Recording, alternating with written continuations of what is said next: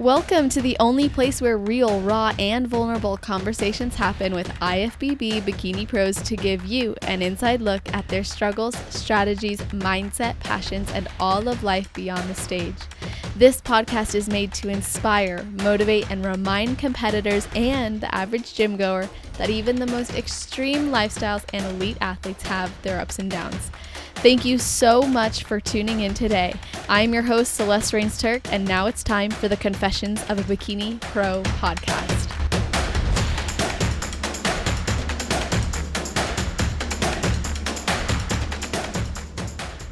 Today, we are speaking with an athlete whose lifelong dream was to become a professional bodybuilder.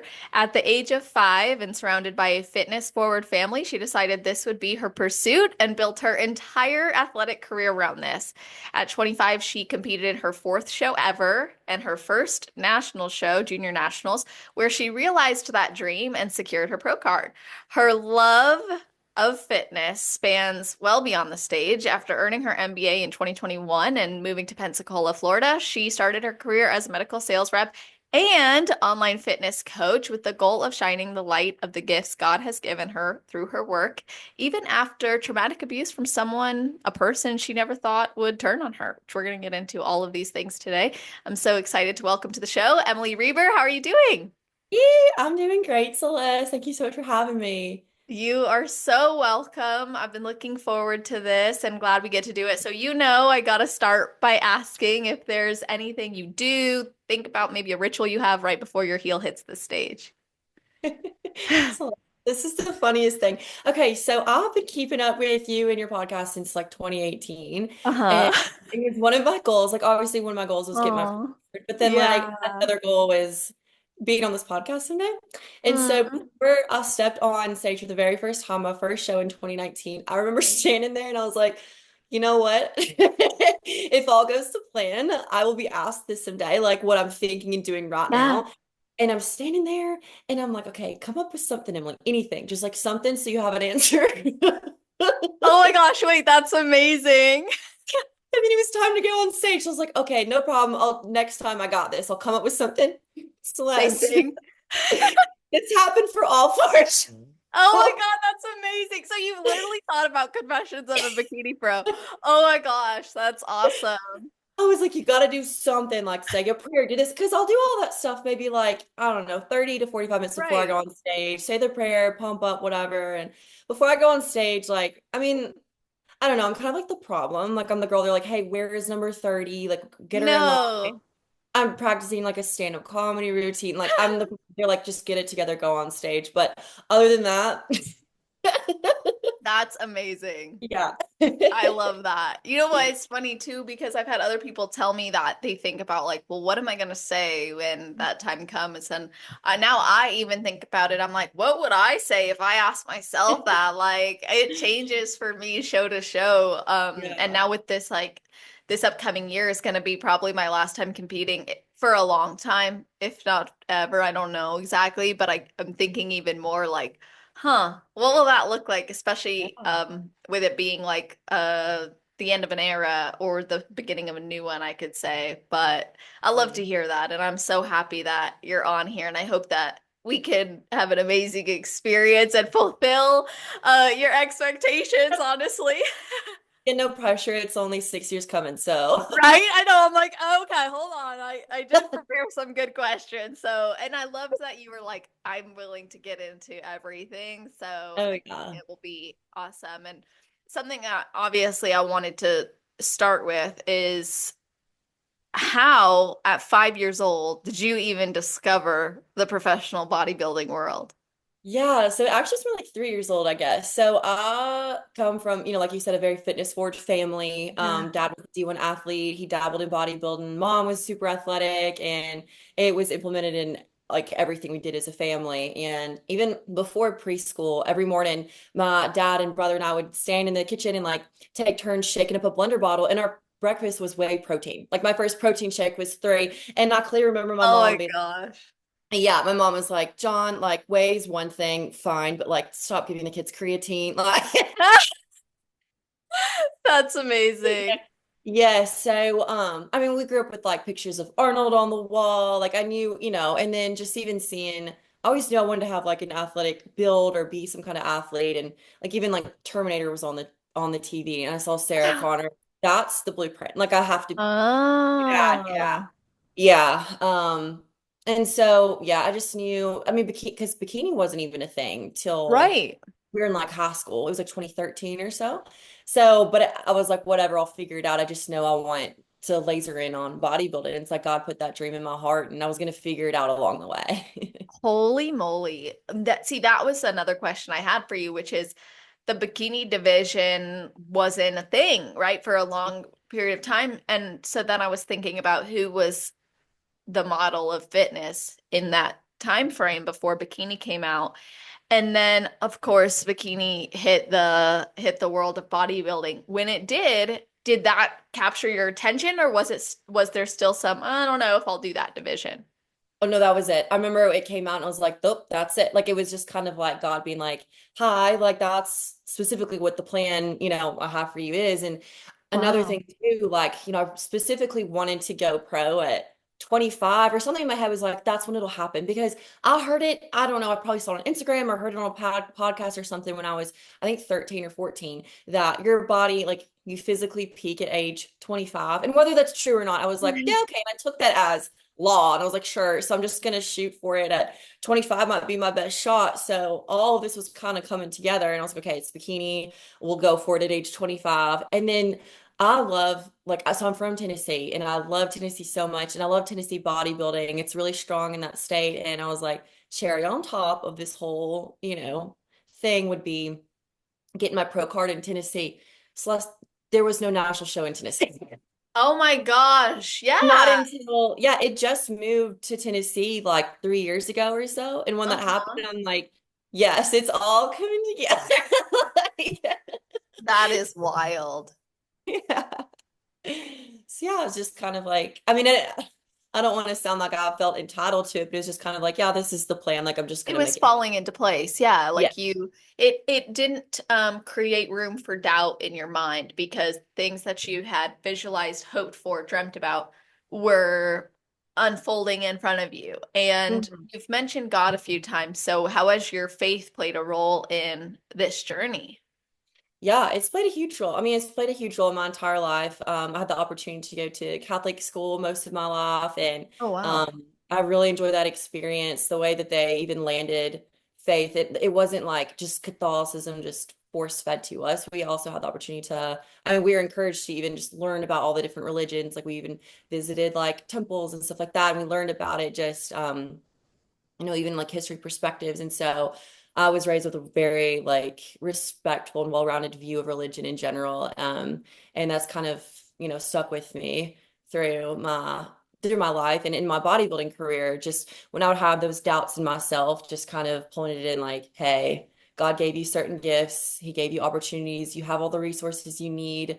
And if it feels like the cards are stacked against you, or and you gotta like really pull it out of yourself at the end of prep when things are getting really tough. It's Yeah. like God's got you, in those moments. And it helped me push through in those times I needed to. Wow. That's Mm. really amazing because there have been times, I think, in every athlete's career, generally speaking, you face challenges, difficulty. I mean, even just the sheer effort that goes into it. But what were you doing between like 2013 and 2024? In those Yeah. 10 years, like when the dream sat on your heart from a young age, but then bikini hit the scene. What were you doing? Like, were you an athlete in other ways? Were you think always training, lifting? Like, what were you doing? For sure. Yeah. So, I mean, I cut my teeth in the sports of cross country and track mostly. Um, and I chose those. I think I was drawn to those really because it's like pure discipline. It's almost primal. Like running sucks. It's so hard. It's so hard. And also there's like a definite pipeline of like cross country to bodybuilding, I think, just because it's Mm, like you just kind of have to, you can't take any shortcuts there. You either like get that time or you don't. mm, So I was running cross country and then I would get up really, really early, a lot of times and go lift in the mornings and go to school and then go like to cross country practice in the afternoons. And I didn't tell many people that I had this dream of being a bodybuilder because I was like a little skinny thing. And I told a few people and they're like, ha ha, like, but you're so little. I'm like, oh, okay. Like I didn't get that a ton, but still just kind of like, oh, so I just kind of kept it to myself. And but no, I would lift as much as possible. So, but those two things are also working against each other, like lifting, and then my sport was literally just cardio. So I pretty much just tried to, but I still did cross country because of the mental discipline that it was building in me. I was like, okay, I'm going to do this through high school, not carry cross country into college, but like keep those lessons of discipline that I got from that really challenging sport, and then, pivot to just lifting and just building and college to 2024. How did that commitment guide other decisions in your life, like through college life and high school life? Yeah, it helped me cultivate almost a militaristic like discipline, and implement that in every area of my life and my career. And obviously bodybuilding is, it takes almost militaristic level of Uh-huh. discipline.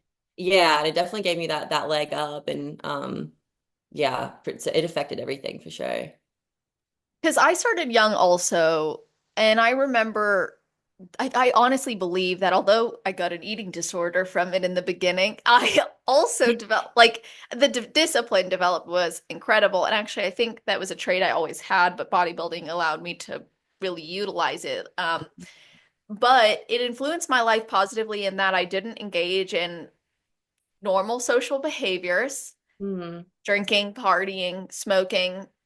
I just didn't because sport, like being a volleyball player and then pursuing bodybuilding, it wasn't aligned with that. I'm curious if you had similar experiences. Absolutely. Yeah, I was no fun in high school. Like, I know, same. I got a lot done though. Same, Out there. literally. Yeah, no, I never snuck out, never partied, never drank, nothing like that. Because I mean, we had cross country meets at 7 a.m. on Saturday mornings, and Sunday was my only day to Mhm. sleep in past 5 a.m. But I chose that on purpose. Like I said, I knew it was building that discipline that I knew was gonna ideally carry me to a pro card, within the next 5, 10 years. So, yeah, no, definitely kept me on the straight and narrow. I mean, in Mhm. college, I pushed myself to be a little more well-rounded and do more Yeah. extracurriculars and stuff, especially because I decided like I wanted to, I think it was my freshman year of college when I decided, okay, I'm going to compete for the first time my junior year of college. Like I was saving up, I was budgeting for it to be junior year, made my class schedule around it. Like that was the plan. So that was like, okay, I got my freshman and sophomore year to be, pour myself into some other areas that I'm interested in. And yeah, like have fun, not wake up at 6 a.m. on Saturday and run a 5K. Not every Right. Saturday anymore.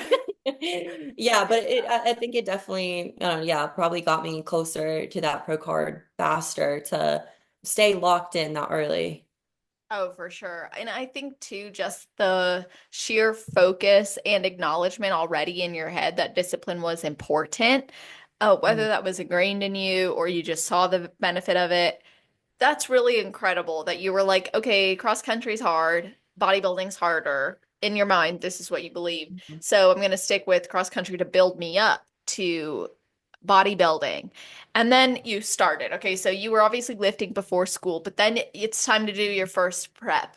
Was Mhm. it all that you expected it would be? Oh, that's a great question. There's such a steep learning curve to this sport. There really is. So there was still some things that caught me off guard a little bit, but I was lucky at the time. The guy I was dating, my college sweetheart, he was also a bodybuilder. He had competed a few years Hmm. before me. And so he did an incredible job at helping shorten that learning curve and be like, hey, you probably didn't even think about this, but when you go tan, you're going to be in a room of like 10 naked women. Like Yeah, it's like, yeah. literally. Yeah, little things like that. And he's like, here, don't forget to pack dryer sheets for your shows. I'm like, what do you do with these? He's like, you put them on your armpit. Like little things like that, I didn't or even know that, and I've been in this 10 years. wait, did Dryer you just sheets for your armpits? Yeah, because you know how you can't wear deodorant? Yeah. You'll So turn you green. put Yeah, that on. Oh, mm-hmm. interesting. Mm-hmm. Yeah, it's a weird sport. It is, that's for sure. Do So you there take was a blow that. dryer? What was Yeah. that? Do you take a blow dryer to your heels to help them fit? Oh yeah, I've done that before because Okay. I don't Okay. have to do it as much now because like Hmm. the shoe fairy heels, they don't seem to get as like painful, the Yeah. plastic, or Yeah. whatever it is. But I have used the blow dryer when I was using like the Amazon type shoes and stuff before them. And Hmm. oh my gosh, it made a huge difference. But now sometimes my feet will just get so hot backstage. I'll warm everything up anyway. No, same. No, like my feet are sweating so bad, I don't need any more heat. There, it's just gonna mold to the sweaty foot. Right? And then also you get so lean in a prep that if you like stretch your heel too much in your Uh-huh. actual prep, like the beginning, then by the time you get to stage, you're like, I need to freeze these things. No, literally. I was so some people say that like they're, you lose body fat on your entire body when you're getting lean. And some people say like they have to adjust their heels to make them smaller and stuff. And I even noticed like I had to tighten my hats during prep Yeah. because yes. But the one thing that did not get tauter, Celeste, I don't know why God built me this way, but I got down to like 7% body fat for my first show. I got shredded, shredded. My cankles were still, my body held on to fat in my ankles. I'm like, what is, Wow. You're like, what was this about? don't understand like the survival reason for that, like through my bloodline, but I don't know. So no, Amazing. I don't have to tighten my shoe fairy heels. That's awesome. You kept that. So you had a boyfriend who really prepared you mentally for some of the like oddities of the sport. And Mhm. obviously, yes, bodybuilding, even if you've been in the fit lifestyle for a long time, the demands of the lifestyle there is a shock, even when you commit to it. Now, how did your journey evolve with you from 2019 to 2024? Because there was a gap of time where you didn't see the stage. Oh yeah, that was all by design. I'm like a bodybuilding cicada. Like I went on stage on purpose in 2019 to see, how just to make sure that I wanted to do that and that I felt, was in love with it and everything. And I want to get some feedback. Then I'm like, okay, I'm gonna go off stage. And like, cicadas go underground for like 6 years and they come up above ground and make a lot of noise. I was like, that's gonna be me. Like Wow, yeah, I love back to the that. farm. So I decided I was like, I'm not gonna step back on stage until I am just really just I don't know, ready to kick in teeth and really be undeniable and get that pro card. I'm not going to waste anyone's time, anyone's money. So I sat down and I budgeted out. I did research on the coaches. I selected Team Atlas, and I saved up for 2 years for him. And I knew the work I needed to do and like the body parts needed to grow to be very, very competitive. And yeah, I got it all done. And then when I reached out to James to work with him, I told him my plan. I was like, I want to do the rare one shot pro card. So I said, I'm going to be patient. I'll wait as long as needed and do whatever work needs to be done. And on your end, like, do not put me on stage until I'm ready. Like, keep me like a bullet in the barrel of the gun and don't pull that trigger until you're like, she's fully ready, So, and Uh-huh. we trusted each other and he was like, okay, let's do it this way. And so that's why, yeah, that's why I stepped away for a few years. When did you start working with James? I think it was 2021 that I started So working you with him. guys were growing for a few years. For sure. Yeah, I had a good amount of growing to do. When I started working with him, I was about 118. I'm 5'6" for reference. And he was like, we got a lot of growing to do. Like, let's go. So sure, let's do it. And then I got up to 134-ish in my off Mhm. season. And then I stepped on stage at like 115. So, and That's we so awesome. had a much yeah, a much more muscular physique. It was cool. I'm glad you brought that up actually, because I literally saw that transformation and I was like, I have to ask her about this on the podcast because it's a good example of how you can't really trust the scale, right? Like you can't hold yourself to, oh, well, I was 115, now I'm 134. I failed because I gained. No, like your efforts, your goal was to gain weight. And I think it's a great point too. When you're early in your journey, gaining necessary weight so you can put on muscle and size and push heavy and focus on what needs to be done. Like, I don't think there's enough emphasis on that. So, what was that approach like? Was it uncomfortable at all for you to gain that weight? And then how did the season of growing impact the prep season after that? Yeah, it was just a smidge uncomfortable, more physically, because I had to buy a new wardrobe. And I had Mhm. just bought like I had just gotten into medical sales and bought some really nice suits and stuff, like really Oh nice. And yeah. all of a sudden they weren't fit anymore. I was like, dang it. Spent a lot of money on that. But mental health wise, like body image wise, was not uncomfortable at all. And um I was happily surprised. I mean, I wasn't shocked, but I was like, okay, like this is good, and I checked in with myself constantly to be like, are we just gaslighting ourselves that we're not bothered by this? It's like, or are we comfortable here? And it was uncharted waters, so I didn't know what it was going to be like. But no, like definitely maintained still a healthy relationship with my body and the scale and everything. And mostly that was because of how I was raised, and I've had, been able to maintain a consistently healthy relationship with my body my whole life, but also that trust I had in James. Like I told him, like I gave him the steering wheel and the gas pedals. I was like, you tell me what protocols we're doing and I'm just going to execute. And Mm. honestly, since our visions were so aligned, I was like, what I look like is frankly none of my business. Like I've got a goal. It felt like it was my job, and Mm. so yeah. And even through my prep, like you were asking about like coming back down in prep and stuff, what I look like was frankly none of my business. The only thing that really did matter was what I look like on stage in front of the judges at my national show because of that goal that I had my, sights set on. And he would just give me feedback and short and sweet. And I'd say, okay, make those changes and, just keep executing towards the goal. That's so, so good. Love that point because many of us get caught up in how we look, what's the scale say.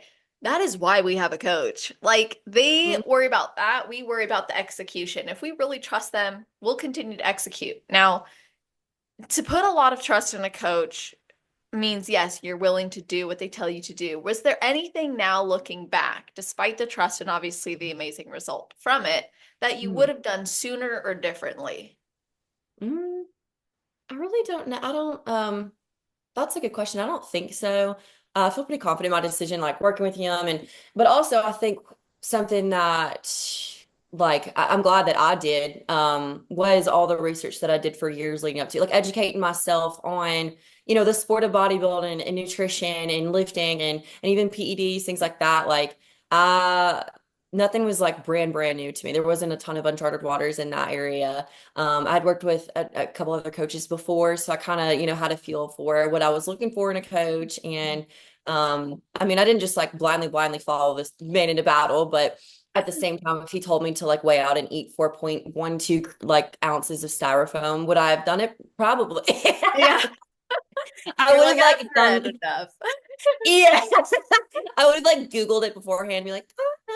But also, I mean, like there are things that he would like suggest, not necessarily, hey, these are the protocols you have to follow, or else it's like you're off the team. Never like that. But he'd be like, hey, I have some recommendations or whatever, like no pressure, no big deal. And if I said, okay, cool, like not feeling this, but I am feeling this, he'd be like, sounds good, cool, never bring it up again. Like it was never anything like that. It was a good vibey relationship, coach client like That's relationship. good. Hmm. I think that's important. A coach who also feels comfortable to say, this is what I'm thinking. What do you think? Versus, oh, we'll do this and don't ask questions. Hmm. And with all the research you did, and also your parents, this is kind of what stands out to me. Your parents knew what went into bodybuilding. Not every bodybuilder is a natural bodybuilder. Most, especially in the IFBB, bikini even, is not. Did they express any concerns or education about that growing up, or like was that something you were exposed to? It actually was a little bit, more in a medical way, which is so interesting, and I think a great way Hmm. for me to learn about it. So, growing up, my mom was a nurse, and so, so nutrition was very, very important to us. And Yeah, I said we were very fitness forward in everything we did. So every meal growing up was like a protein and a carb and a vegetable, and it was that's just, great. it was fun, especially like the say like the dinner the night before a race the next day. She's like, we're having extra sweet potatoes tonight to, increase your glycogen stores for your race tomorrow, and this is why, and explain it. And it was so amazing and interesting. So kind of getting those elements in there was always a very open conversation. And then when I was in middle school, my dad was diagnosed with prostate cancer and he was put on TRT. And so I was like, what's that? I'm like 12 years old and I'm fascinated by this. I'm not just giving the sugar-coated answer, don't worry, it's just dad's medicine. No, like my mom is explaining the science behind hormone health. And I'm asking a million questions. She's giving me all these amazing answers and it's just so fascinated by this. So that's when yeah, I would kind of dive into that world. And I mean, I'm like 14 years old Googling like endocrinology. Like, what does this mean? And then by 16, I'm kind of starting to coach others and stuff. And I'm like trying to pass on this fascinating medical information that none of my peers are finding just as fascinating. And I'm like, Right. Oh, yeah, of course. but yeah, and then just kind of diving deeper into that world, purposely exposing myself, like listening to the podcast, doing the research, finding these bodybuilding forums to be like, okay, like what are SARMs? What are SERMs? What's HRT? What's the difference between HRT and TRT? What are all these? What is like a PCT? When do you use those? And it's so fun and fascinating to me. And um yeah, just so, and then I had a few friends in college who started to kind of play around with like peptides and stuff like that. And so now we're starting to dabble in men's bodybuilding as well. And just kind of purposely like picking their brains and doing more and more research just to kind of shorten that learning curve there because I did not know if I wanted to explore that world myself yet. But I was like, if I'm gonna start doing at least 4 solid years of inlay research on all this stuff, before I even think about that. Yeah, I think it's better if an athlete decides that they're going to get extra support like that, I think it's Mhm. important that they've made that decision versus their coach because you never want to fast forward in your life and go, well, I did it because my coach suggested it. I think it needs to be something where you've already considered that a possibility by entering the NPC and IFBB, and then you go over the risks, the benefits, the potential impact. And then you make that decision if your coach suggested or if you suggest it to your coach, you already know because otherwise you hear a lot of stories like, oh, I should have done my research or I didn't know better. And I think that leads a lot of people to regret or unfortunately not the best treatment or support. Mhm. Absolutely. Yeah, I think the best thing every athlete can do is inform themselves whether, I mean, even if there's just a 1% possibility in the future, I think just, I don't know, just be aware of it and yeah, the side effects and the pros and cons. There are pros. There's definitely pros to PEDs. That's why a lot of people are on them, but there's definitely cons and there's some side effects that you definitely cannot undo. So I think it's important to not even dip your toe into that unless you're willing to live with irreversible side effects, like worst case scenario of these things. Yeah, that's what's so interesting to me is like as an athlete, I have chosen to remain natural and I don't see anything wrong with people who choose not to. But I always wonder how someone comes to that decision knowing there's irreversible side effects. So, and obviously I think how you manage it and how you use it has more of an impact on that. But that's Mhm. always stood out to me is how does one come to that conclusion? And I don't know, maybe it's a difference of values or even a difference of love for the sport because I'm like, I already have a hard time with the way that this body got to look to be rewarded on stage, let alone taking it to that limit for me. I just don't know if I see it that way. But then I'm fascinated by people who do. I'm like, what's the thought process behind that? And by the way, I rarely have this conversation on the podcast. So if I'm being offensive or awkward with it, I'm so sorry. No, I'm more than happy to, be open about this with honestly anything that's given me like a bit of like a leg up or anything that I did to get that pro card and that the way that I did and gunning for it. It was like I said, all about design as much as, could the controllables that I could control, Exactly. pulled certain levers, like even with like the fillers and Botox and stuff that I've gotten done or whatever. Really? Um yeah, I think I it's probably done more good than bad for more athletes to be open about what's going on under the hood. Like, what are we actually doing behind closed doors in this sport? Like, what does it sometimes take or often take to get these pro cards? And I want to play my part of, just being transparent and, share like what I'm doing, like what I did to get there and the choices that I made. And you said you're curious about like how one comes to that decision. Yes. It was something that I've always been very non-judgmental about as well, and I Mhm. never knew for sure if I was going to make that decision or not. So I just started informing myself and um I mean, like did a weird amount of research for years. So by Yeah, the I time bet. yeah, so by the time that like it was just not recommended, but like suggested or like, hey, this is something that, a lever we can pull here. Okay, I've already done 4 years of research on this, and I'm comfortable with the risk. And I had to think too, like, how badly do I want this? I felt like I could have probably possibly done it natural. Like, not gonna act like, I'm not grateful for some of the genetics that my parents passed down, like shout out mom and Right. dad, but also I was like, okay, this can make me that much more competitive and maybe try it. But I was determined to do it in the healthiest, safest way possible.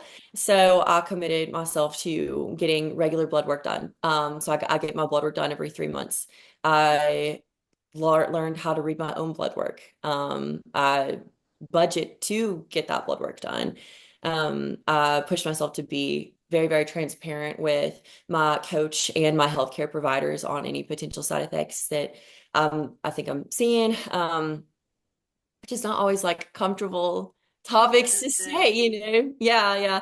Um, and yeah, so just making myself self-aware about all these things and well informed, and then making those decisions and then checking with myself very frequently. Like, does this align with these values? Okay, now that we're doing them, now that we started to I started to take it was Allstream and LGD for their two SARMs. So start off with that and like baby doses. And I was like, wait, like I'm starting to see like a smidge of side effects. Like my voice started cracking just a smidge and my hair felt a little thinner. So I'm like, hey James, like this is what I'm seeing. He's like, oh, okay. Immediately like pull it back down. Made me feel really comfortable to like tell him stuff like that. And then we would kind of tweak it as needed. And again, like still never felt pressured to bump up the dose or try something new. It was more of an educational thing, which I think is great too. Like, hey, this is some information on this. Do your own research, no pressure. Let me know if you want to go for it. I'll, hold your hand through the rest of the way. And so I was starting to see some like really good benefits from that too. And so I grew real like yeah, I put on muscle a lot faster using SARMs, and we'd cycle them on and off. My liver, kidney, heart health all stayed in a very, very healthy place. The only thing that started to get a little like seeing some negative side effects when I got super, super shredded closer to the end of my prep was, like your thyroid and my sex hormones, which are like always tanked anyway, but those are things, and we've implemented things to mitigate those side effects. And then towards the end of prep too, we were behind, I think, just a little bit. So we implemented a tiny bit of cleanse, which obviously you're not going to want to do unless you kind of, I don't want to say have to, but like that's not, first line of defense, I guess. And then a smidge of tamoxifen too when I started hormonal birth control around the end of prep. So these are all just different things that I really do think helped me get that pro card. And I don't think it's by any means necessary, but but I did that pro cons assessment, crunched the numbers, made the Venn diagrams. Wow. I made those decisions, and I feel fine with those decisions that I made. That's so insightful because I think the big question you asked, which is, how important is this to me? Mhm. And what's really guiding those decisions, like, and this is true competing, period. Doesn't matter what you're using or not using. Competing, period, is a high demand. It has a high demand on your system. Mhm. So when you commit to compete, you need to ask that kind of a question because no matter what, you're going to see an impact on your physical health and your body and mental health too. And that's something about boutique supplements that stands out to me is like the mental health side effects. And I I don't know that a lot of athletes are as comfortable as you in actually telling their coach about the side effects that they're experiencing. I think sometimes they might think that makes me less of an athlete than this person I'm seeing. Or what if that means I won't get the results that he or she said that I would get if I took these and I don't want to risk not getting the results. But then again, like if the side effects are happening, at what point does a person go, well, these side effects are to be expected and accepted versus these side effects are too much for my comfort and I should probably say something? How would someone determine that? Yeah, that's a great question. Seriously. Yeah, it's just got to come down to, I guess, just personal values and what you're willing to risk. If you're starting to see hair loss. I'm fine with my hair thinning out a little bit. I'm just gonna sew some extensions in, middle buff. But and I had some like acne on my shoulders and my legs. I'm like, I don't, love that. But am I willing to risk my fertility if I start seeing my liver values going in a really concerning direction? Am I willing to risk potential irreversible liver damage? Like, no, those are my Right. non-negotiables. Yeah. So yeah, but I had to, those are things too that I like sat down and figured out with myself before I ever said, okay, yeah, let's go for it. Let's try the first drop of SARMs. And always think about vocal changes too, or any virilization, because for me as a podcast, I was all like, I want to do it just for the sake of Yeah. my voice. I'm like, dang, like this is my voice. But then again, like I know so many women who have done their voice barely changes. And I know the opposite can be true. So I've spoken with some different coaches on here, and they say that one of the ways they monitor that is like voice memos. So they have their clients send them a voice memo to track those changes. And I thought, well, that's really smart. I think it was Adam Atkinson, my coach, actually, who had talked about that. And I was like, that's a really smart thing. And even things for like the female organs that change, he was like, I will encourage them to keep track of that and communicate if anything gets larger or bigger or in a way that they don't want to see change. These are uncomfortable things, like you said, to talk about or address. But if they go unaddressed or untalked about, there's so many vulnerable people, I think, who don't consider those potential risks or even know about them. Absolutely, absolutely. It can be uncomfortable. That's why it's so important to choose a coach that, you have a good relationship with, that there's mutual trust there, but also you have to push yourself. And I think that's something that helped me. I mean, not only am I like a little painfully blunt sometimes. I love that. I love that. Yeah, but I think so. But I'm also on the other side of things. I'm also a coach, and I've worked with clients for a few years, and I've push myself as a coach to try and make my clients feel so comfortable with me.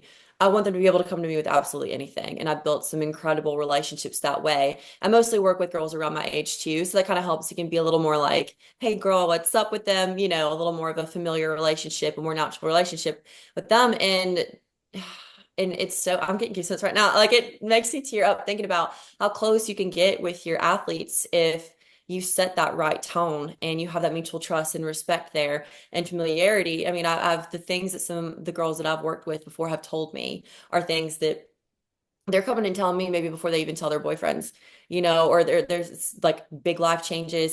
Sometimes I've been the first person that's found out that, hey, my boyfriend just cheated on me. Hey, I had to take Plan B last night. Can you explain what that means hormonally for me? Hey, Emily, I had to get an abortion this week and I'm tore up, but I can't afford my payment this month, whatever. And that is so special to me. I take it so seriously, but also it helps me coach them when I know what's going on.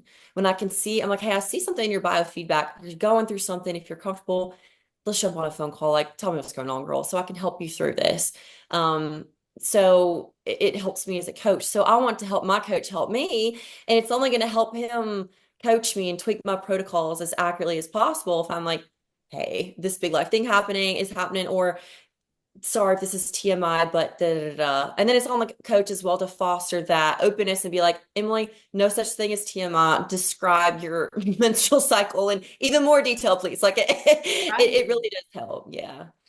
Oh, that made my I felt tears welling up a little bit because I was thinking about the unfortunate side of some people don't feel comfortable or safe enough to talk to their coach about those things, anything, like you said. And that's unfortunate. But then there's that beautiful side of it when your coach is like the first to, like my coach was literally the first to know I was gonna elope because I'm like, bro, I am taking that time off. You will not tell me otherwise. 3 days, I'm eloping. He's like, oh, that's perfect. We'll refeed you up into that. And like, we still maintain so much progress, but I took that Yeah. time off. Nothing happened because he prepared me. But like, coaches are like, they really are like among the first to know. Like, and unfortunately, there's the other side. If I'm spotting a little, I'm like, why am I spotting? What's happening? Or I had a mental health thing come up this year. I'm not ready to talk about yet, but like, when it happened, he was the one to know about it because he had to. And I was like, if I didn't have a coach who I could do that, I probably wouldn't make as much progress, which is something you've expressed was impactful in your journey.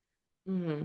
Absolutely. It can be a very beautiful relationship if you let it. And it doesn't mean that your coach has to be like your bestie Bob or your cheerleader. I personally work with James because I like a coach that is blunt and short and sweet and almost like I'll send him a check-in with all this information and he just like looks good, no changes. Like that's and then move on to the next week. It's not like, oh my God, it looks so great. Da, da, da, da. And I don't want that. That doesn't work well for me. But at the same time, yeah, I like that more like he's more of a heat-seeking missile rather than a carpet bomb. Like it's more of a precision strike. He's like, make these two tweaks. I'm like on it, and then we move on. But still enough, like a little bit of, that relationship, that friendship to where I still do feel comfortable to open up about things when I need to. I love that. You're such a country girl, by the way. So like all the analogies you're using, I'm like, that's love. Us too. I'm like, okay, I have to just say it. Otherwise, it's gonna like keep coming up in my. It's No, awesome. Don't get that. Like, don't take that the wrong way. I love it. I'm like, this is entertaining, and I'm like, I've never heard some of these sayings you're using, but I'm like, they're only like I know. Sometimes my husband, he's from the South too, and he says stuff. I'm like, that's such a Southern thing.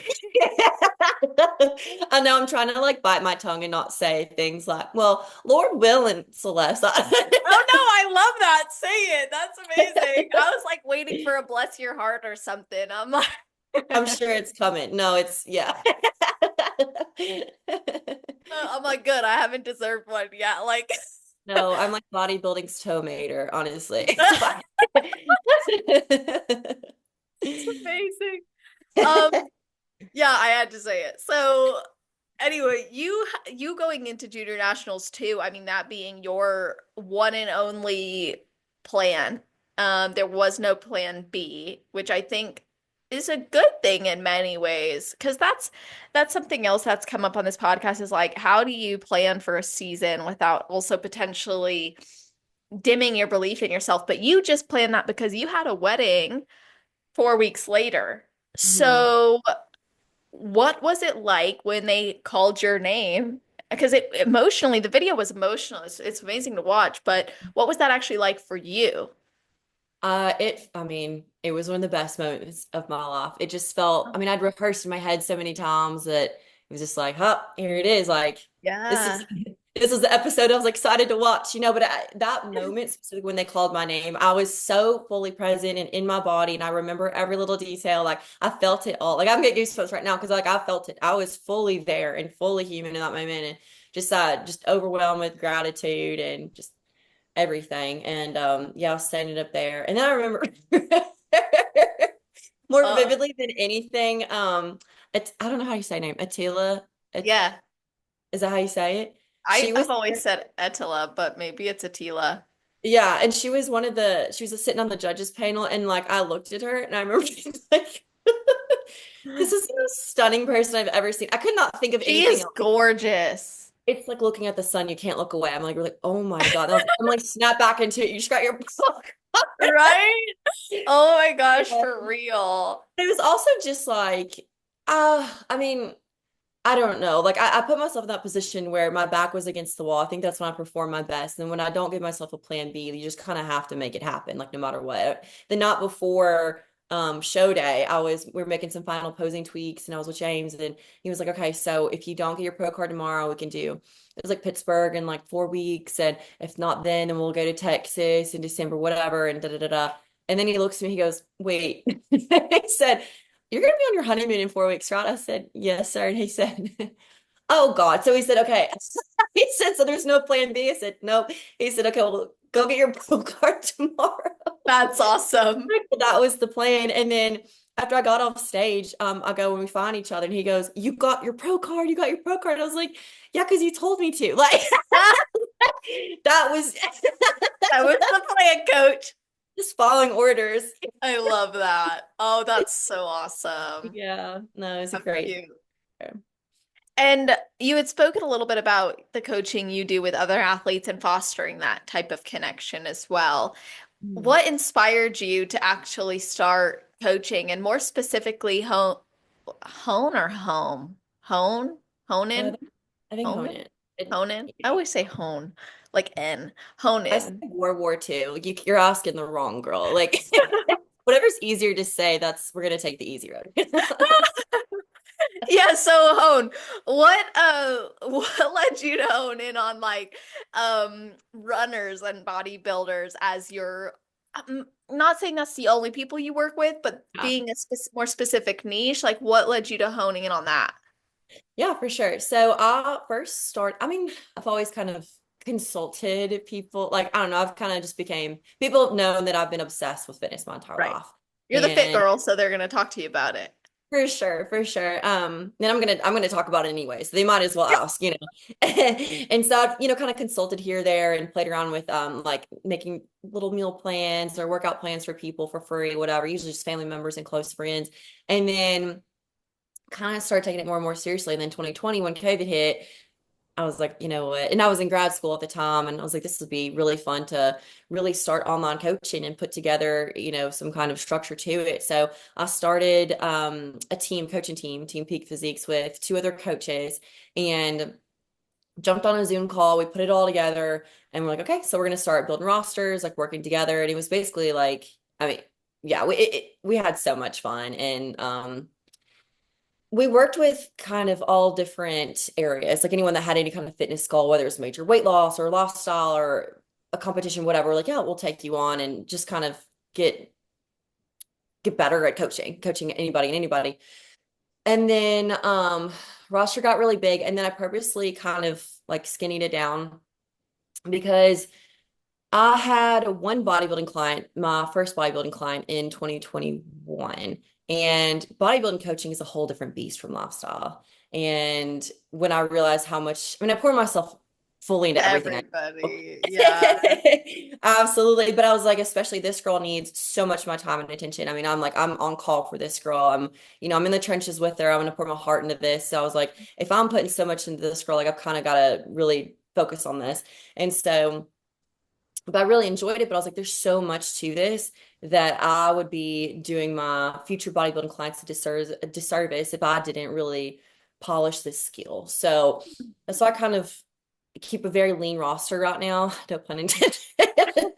That is amazing. Yeah, but I think that's kind of where my talents lie too. I feel like I don't know. It went well with bodybuilding coaching. I've since had like another bodybuilding client, and then obviously growing up running my entire life. Like I ran my first 5K when I was like 6.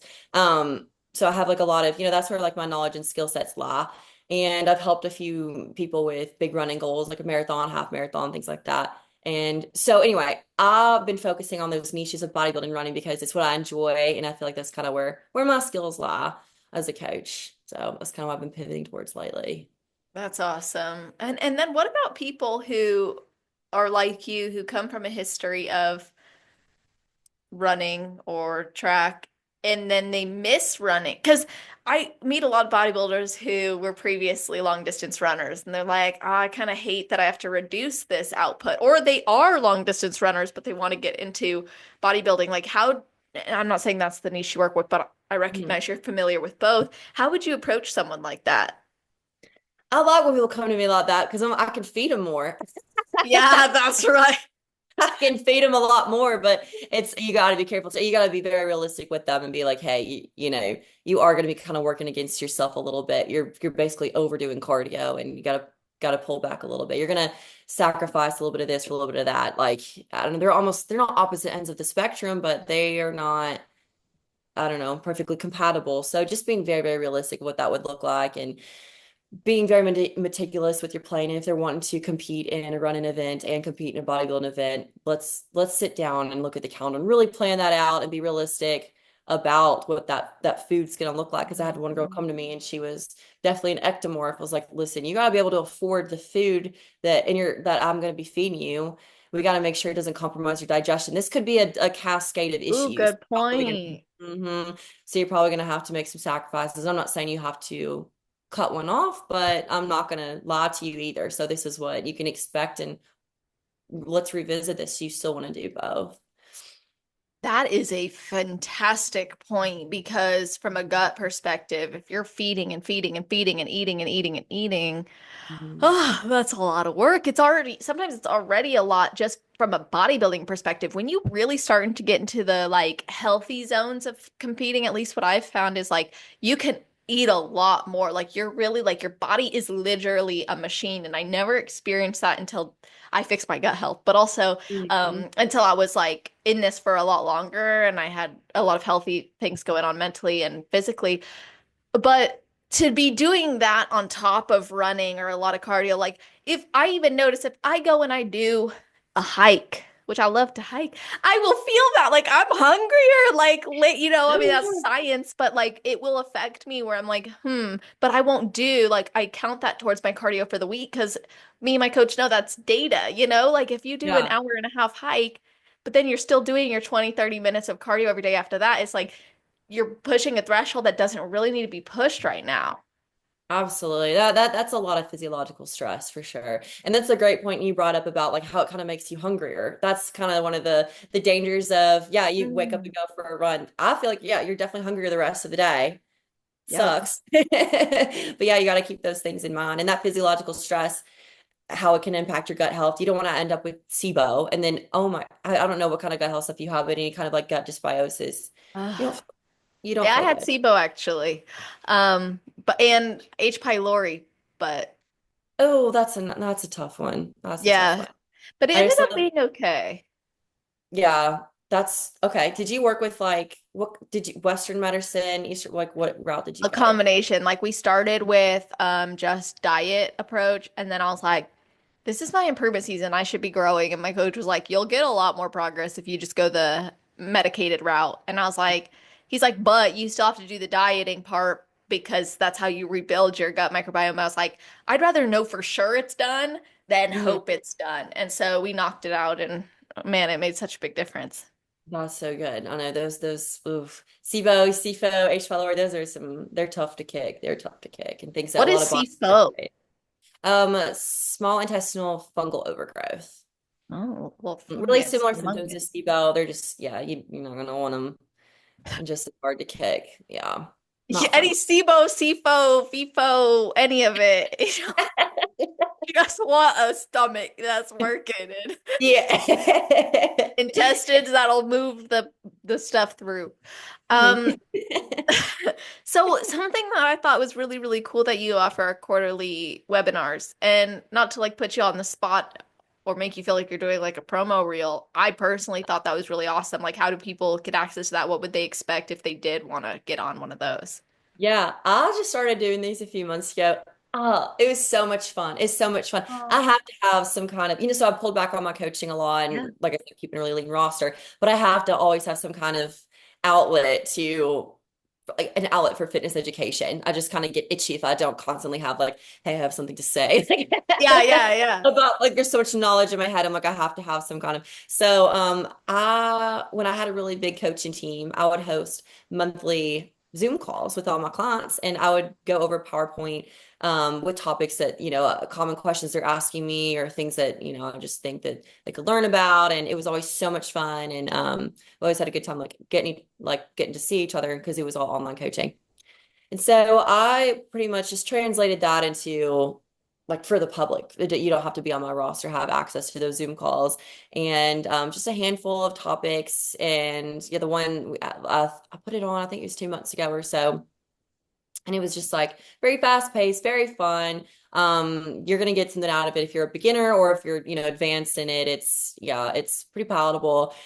I don't have a date set for my next one yet. It'll probably be in the next month or so, but on my Instagram, I'll make a post about it and then I'll put like Instagram stories like leading up to it. And then I'll have the registration link in my bio where you can sign up and it's free and it's open to anyone who wants to join.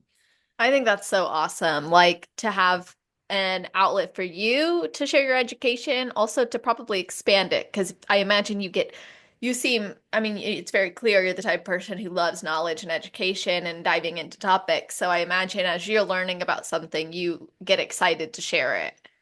Absolutely. Absolutely. I mean, I'm just an excitable girl anyway. Yeah. But absolutely no, and two, it's a way for me to push myself. So I don't feel like I was naturally a great public speaker or anything. And I mean, I really enjoy turning my weaknesses into strengths. And I feel like that was a big weakness of mine. So I'm like, how do I push myself? And I try to like put myself in uncomfortable situations every day to grow. And so like, how do I throw myself into the fire?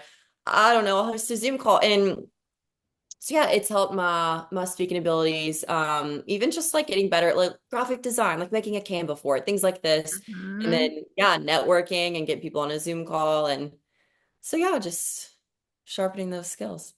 That's so awesome. And daily discomfort is something I think more of us need to cultivate. Aside from exposing yourself, to things that challenge you, what are some of the other things you do for your mental toughness or resilience that you clearly have? Um, it's a good question. Definitely, I mean, the biggest thing, like I was saying, is I do something every day that scares me, that makes me uncomfortable.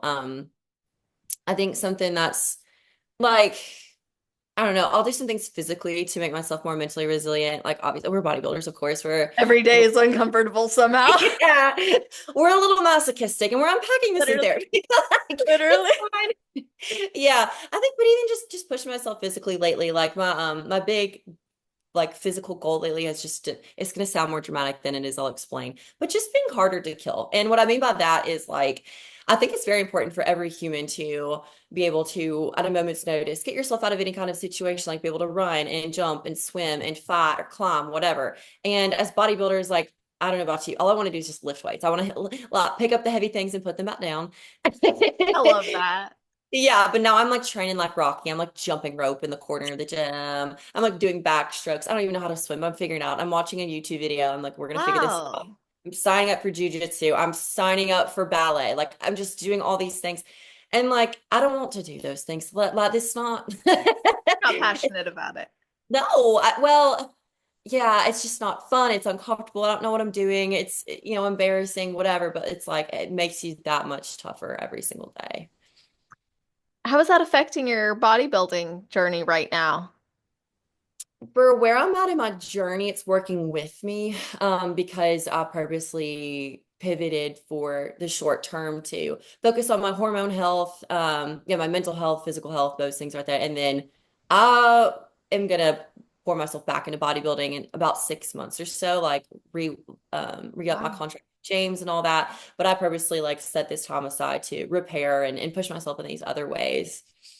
Yeah, let's talk about repair. I mean, I'm just gonna get straight into it. When you won your pro cars, like you're on top of the world, then you go and you get married to someone you thought you'd spend the rest of your life with, obviously. And then you wake up to a surprise basically on your honeymoon that challenges you. So, can you walk us through that relationship, that experience you had, and then we'll kind of get into the lessons and healing of that. Yeah, for sure. So yeah, I was with someone who, I mean, he's my very best friend. I thought the love of my life, and was very happy. And we got married, and then we land for our honeymoon. And before we're even in line for customs, there's a big shift in his personality that I didn't see coming. And all of a sudden, I'm standing there and I'm being like yelled at, cussed at, bullied, and I'm like, I'm looking at him like, what? Huh? Like, did you hit your head on the plane? Did you drink on the plane? Like, what's happening? Like, huh? Like, it was just shocking. And it got worse like every hour, every day from there, unfortunately. But I'll go back a little bit. I'll say like, I mean, things were super great before we got married. Obviously, I liked him enough to marry the guy, but looking back now, I mean, I'll say it became an abusive marriage very quickly. But before we got married, looking back and piecing things together, the wheels of abuse, I think, were starting to turn before I walked down the aisle. But it was Mm. in such covert ways that I wasn't able to see it, name it, and process it in front of my face. But what did happen was my body was processing it. Mm. And I'm surprised I didn't catch it at the time because as bodybuilders, like, we're really in tune with our bodies. But my body was starting to kind of like try to tell me, like ring the alarm bells. And I mean, I gotta take accountability. I guess, pull the wool over my eyes in some situations. Like, for example, one of my wedding dress fittings, we were close to the wedding, which poor seamstresses that have to work with bodybuilders that are prepping for their wedding. For real. Did you hear that recent episode? I'm not quizzing you Yeah. already. Okay, so you did you hear Yes. the reset? Okay, you did. Seriously. No, because I told her when I bought my wedding dress, I'm like, I just want to let you know I'm going to be about 20, 25 pounds leaner before I get married. And she's like, yeah, every bride says that. Like, you're going to lose, wedding weight. I was like, no, ma'am. Like, I I'm an athlete. legitimately, yes, legitimately in playing a sport here, and it's going to happen. So, anyway, so I go to one of my wedding dress alteration appointments. And I wore this really cute white romper, and I take off the romper, put on my dress, and they put all the little like push pins in the dress, and then I take off the dress, put on my romper, I go home. When I go home, I look in the full length mirror and my romper is soaked in blood. I was like, what happened? So I take it off and there's like scratches all over my body and I didn't feel it at all. And what I realized was like when I took off my wedding dress with all the pins in it, it had like scraped Oh down, my God. yeah, scraped down my body. And I was so dissociated and out of my body that I just didn't even feel it. And I remember thinking, uh-oh, like this is something's off. And I maybe kind of just chalked it up to bodybuilding. Like, how we get like prep brain. Like when I was being gassed and I'm like, oh, maybe it's just prep brain, whatever, da, da, da, da, and just kind of like pushed it off. But my body was like, hey, Emily, like, but I will say one of the positives of being dissociated in prep is you can do a lot of cardio That is and not feel it. true. I wish it wasn't true. 45 minutes on the Stairmaster, physically there, mentally, no. On. Where the 45, like the Stairmaster stops on its own at the hour, you're like, wait a minute. The lights are off in the gym, you know? Hold on. Yeah. Yeah. So no, so anyway, things were happening. I guess it just wasn't clicking. But then we're on our honeymoon and uh I mean, it was getting worse and worse, and it was just being I'd never seen these sides to him before, and I was trying to wrap my head around it like, hey, are you okay? Like I was really concerned about him, Yeah, I like what is bet. going on? Yeah, and I mean it was like day 3 and I'm like crying my eyes out on the bathroom floor, just like what is going on? Like why am I being just torn to shreds by this man that I just is so excited to marry. And I'm really just crying like I just want my mom. And I look up and he's like smiling with this look on his face like gotcha. And I'm like, what?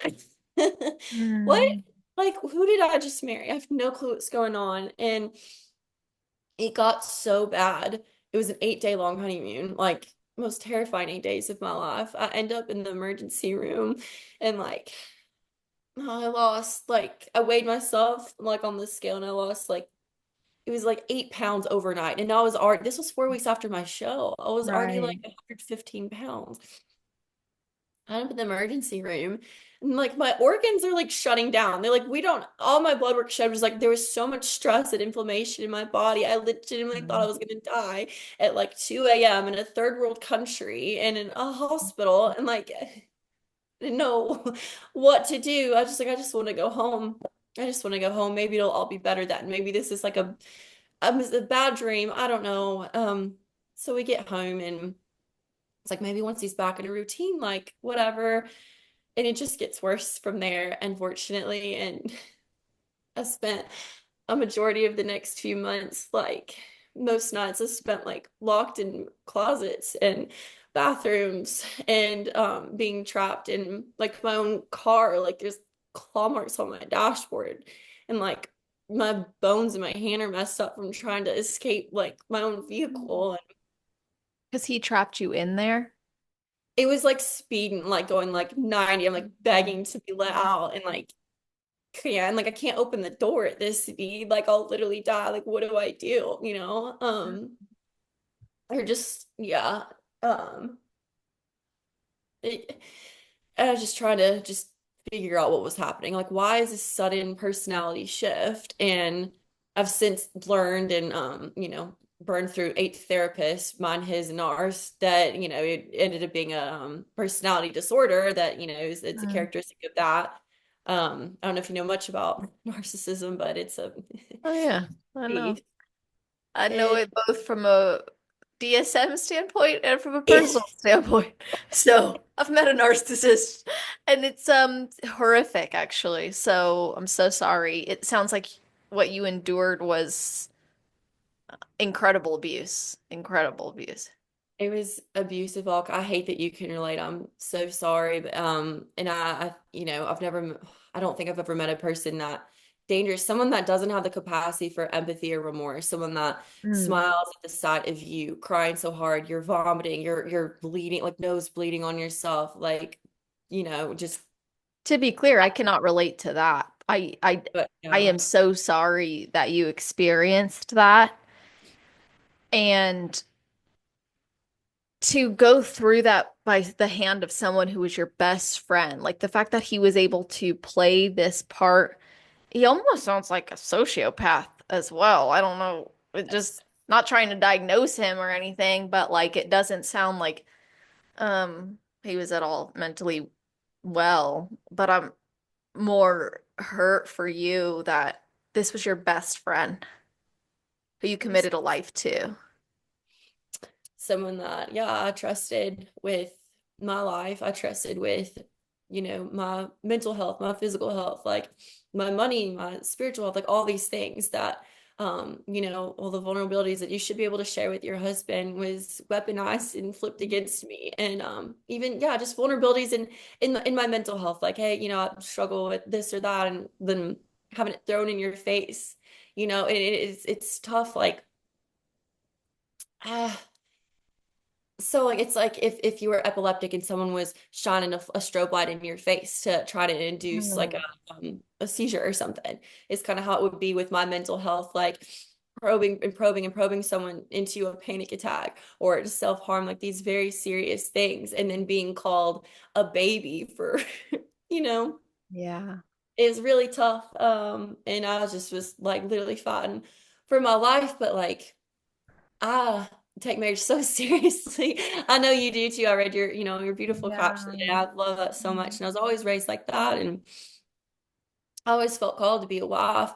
And so, I got like almost, trapped in that situation. It was like, okay, I'm gonna fight like hell for this. Like I fought like hell for my Mm. marriage. And when he was diagnosed with this personality disorder, I was like, okay, like I'm gonna try and see it as a mental health thing, because I'm like in sickness and in health, and that includes mental health. But I was like, you have to commit to being less abusive, because I'm not gonna make it. Like I'm gonna die here. Like I'm not gonna make it. You're killing me.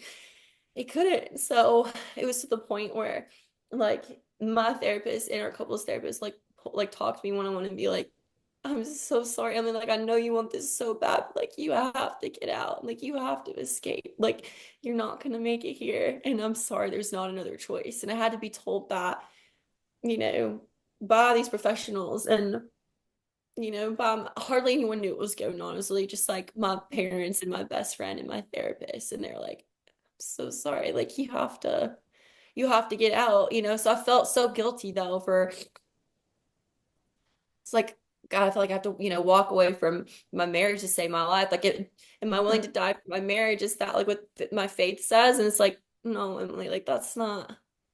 So I Mm. had to work through that, but they were just, I don't know. I don't know. I just have to like be clear with myself. Like I didn't leave my husband. I escaped him. Like, and all that I went through, it was real. And I'm still even like processing it. I know you said was like healing and all that, but like I have to sit with myself, and I have to listen to old voice memos. Like I have hundreds of hours of voice memos Mm. recording what was happening, those conversations that were happening, to remind myself, like, no, it really was that bad. Like it was real. You're not making it up, and you escape. Wow. Thank you for sharing so vulnerably and talking about this because you'd said before we started recording, like other people have been going through this and you sharing has encouraged them and helped them. And I don't think God causes bad things to happen. I think he uses them though to allow us to glorify him more and shine more of his light. And that's what you're doing. And I can only imagine the challenge that must have been to go, well, not only is this someone I married, but also I believe in marriage. And you thought that, I'm going to do the best I can. And you're such a kind heart, which is probably why you were even more vulnerable to be a victim. Not that someone who's not a victim isn't kind or not any of that, but when you're a victim of something like that, you do want to resolve it, fix it. You think you almost get convinced it's something you're responsible for. Oh Um, yeah. and it's like your fault that they act like that. What led him to get diagnosed with a personality disorder? Because that's so rare, unless a spouse or a family member brings them in. Yeah. So it started like, well, it started with me and my therapist. So, because he was telling, like, he would say, you're so this, you're so that, like, a baby, a bitch, idiot, useless, selfish, whatever. Mm. Um, and I'm like, I mean, at first, at the very, very beginning of our marriage, I'm like, oh, okay, first of all, we don't, we don't talk to each other like that. Like, let's, we respect each other. Like, we're not, communicate with me though. Like, tell me what's going on. I've never in my life been called the B word. So I'm like, hey, like, did I hurt you? I'm so sorry. Like, please explain that to me. I wasn't given an explanation. I was just called more names and stuff. And I'm like, okay, well, if it's something I need to work on, like I want to bring the best version of myself to this marriage. So like just talk to me, educate me on like maybe I can change a few things and Mhm.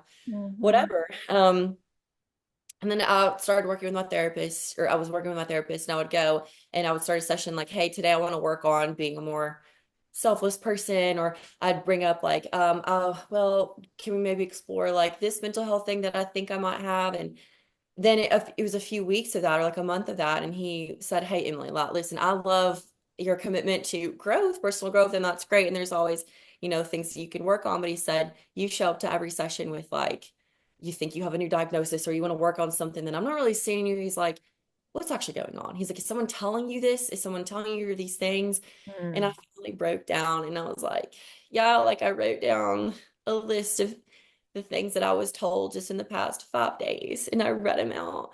And he was like, oh no. He's like, Emily, this is not like this is so that's verbal abuse. He's like, none of this is constructive. Like he's like, either whether it's true or not does not matter. Like this is we need to talk about this. And so I opened up and told him what was actually going on behind closed doors and how like terrifying it was getting. He was like, okay, like this is really bad. Like this is scary. And it sounds like he's like, obviously I can't diagnose him. He's not my patient. And that's whatever. But he was like, it sounds like he has a lot of traits of narcissism and ASPD, which is like antisocial, which psychopaths, sociopaths, right? I was like, okay, so I do all the research. I mean, I feel like I have a PhD on cluster B personality Dude, disorders. I was about to say you're probably Because you're like, unfortunate amount familiar with that now. yes. Oh, and it's a very interesting. Dark triad.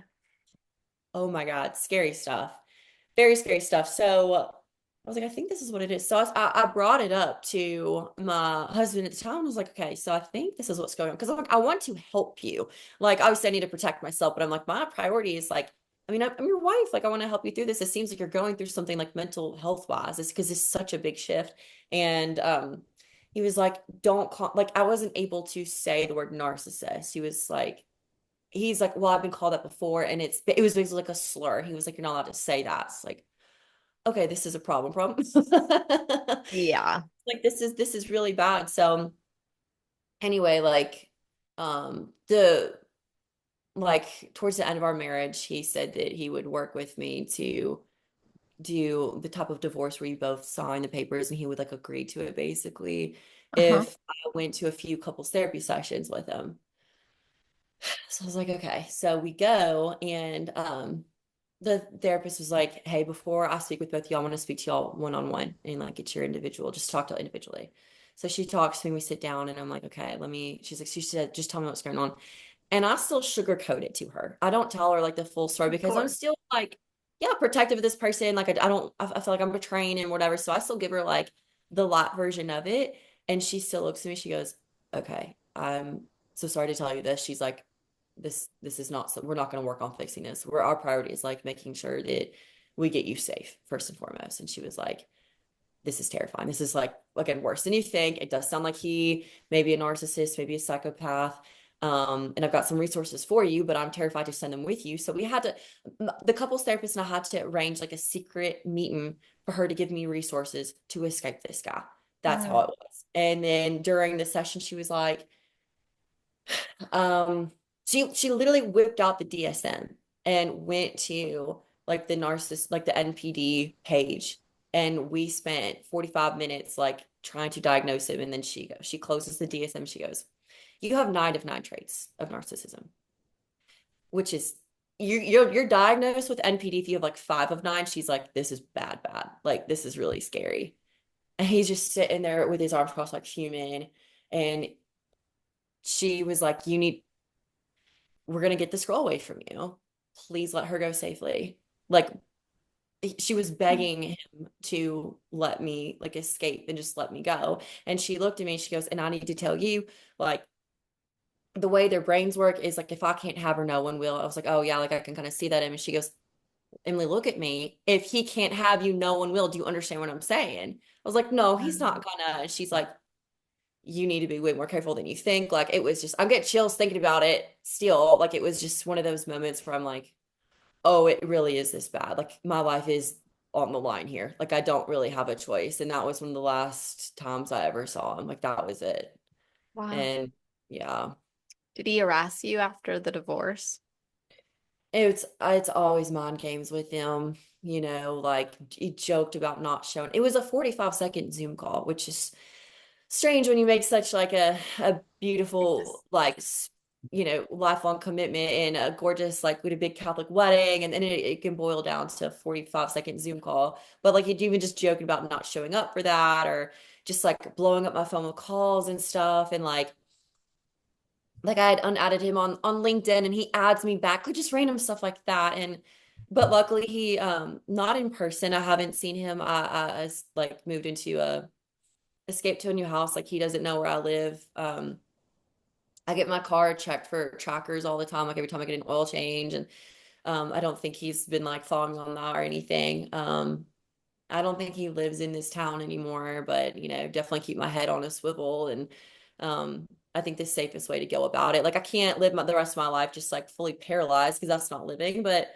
just having to be very careful and just kind of stay on the move all the time. Like I don't stay in one place for too long. And so he hasn't really harassed me, I guess, the past couple of months, but I've been really protective of myself where he doesn't really have the opportunity either. It's smart that you're protecting yourself, and to have gotten out of that is so difficult. And the thing that goes through my mind is like the before marriage. And I imagine that probably is what was keeping you too, was like, yeah, something just jostled wrong in your brain that suddenly you're acting this way. Like you hit your head and now you are acting different. At least that's how I would have imagined it. Mm. Has it changed the way you view love and marriage? I, at this point, because I did like the deep, uncomfortable, painful healing work, I think it's changed my opinion just in like honestly very beautiful ways. Like I feel like I can love people so much deeper now. Um, I feel like I'm definitely smarter for it and I can see red flags from a mile away. And I see people more for like, okay, I see your green flags, your yellow flags, and your red flags, but I don't know. I feel like I can pour my heart more into people now, mostly just because the biggest lesson of being of like, okay, life is so short. When you're in a life or death situation, it's like looking down the barrel of a shotgun and being able to walk away. You're like, oh my God. Like, I mean, I literally wake up every single day like, oh my God, like I'm alive. Like, let's go. And I'll wake up. I mean, it's just like Oh, in a dead sprint. I just want to wake up and run through a brick wall. Like, let's go. And that spills over into everyone I meet and everyone in my life. Like I just love them so much, so much louder now. And I don't know how it'll affect me long term, if I don't know, like I haven't even thought about being in a relationship or anything at this point, just pouring myself into like my friends, my career, my family. But, I'm hoping and hopeful that it is not going to negatively affect it if it does, and it is on me. I need to have that discipline to go do the deeper therapy work and healing and not spread that onto anyone else. for sure. I think you had used a good term earlier too, like the wool over your eyes.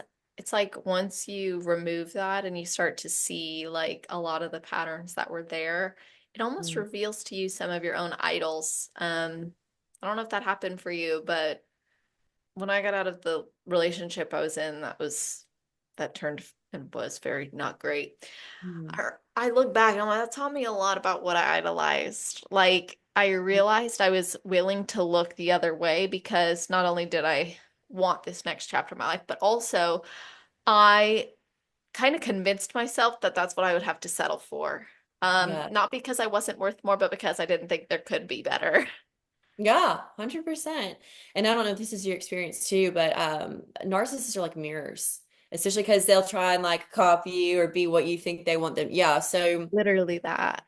absolutely. So it called me out. And that was one of the reasons I think, initially attracted to him because he was one of the first people that would kind of call me out on stuff. And at first it was definitely in more respectful ways and stuff. I'm like, oh yeah, like I need someone to be like, Emily, we're not doing this, and Mm. um so it made me look at myself, and that's what encouraged me to start going to I started going back to therapy. Like when we were first dating, there weren't even really any big problems. I'm like, ooh, like this kind of revealed something in me, and I'm seeing in this person that I'm choosing to love, and I want to, scrub that out of my personality. Yeah, I don't want to carry that into my engagement or Huh. my marriage. I don't deserve that. He doesn't deserve it. And I thought he was doing the same thing. I thought, because I very wholeheartedly subscribe to the tenet of iron sharpens iron. That's what I look for Hmm. in friendships and obviously a partner. And I thought we were doing that. I thought he was kind of like that power couple dynamic where we're like both working on ourselves in all these different ways. I thought it was a beautiful thing. And that's obviously, that experience didn't carry over into marriage. But yeah, no, I think it definitely revealed a lot about myself. And yeah, it's One of the interesting. most important things that I learned and had to take away from my experience, which was not even close to what you experienced, but I realized just because it ended bad and there were bad things that happened doesn't mean it was all bad. Mm. So when I think about, okay, like you were growing with somebody, that's a good thing, right? But because of the twisted nature behind that, sometimes we then perceive it as bad. And so there were certain things from that relationship I was like, well, maybe that's a red flag. Maybe that's a red flag. Like everything became scary to me after that because I was like, I can't trust anything. All of it's bad. But I Yeah, realized some of it, some characteristics are good and okay. And because narcissists can embody what they know you desire, um, it's important to recognize, well, those traits maybe I still like and appreciate, but are they genuine?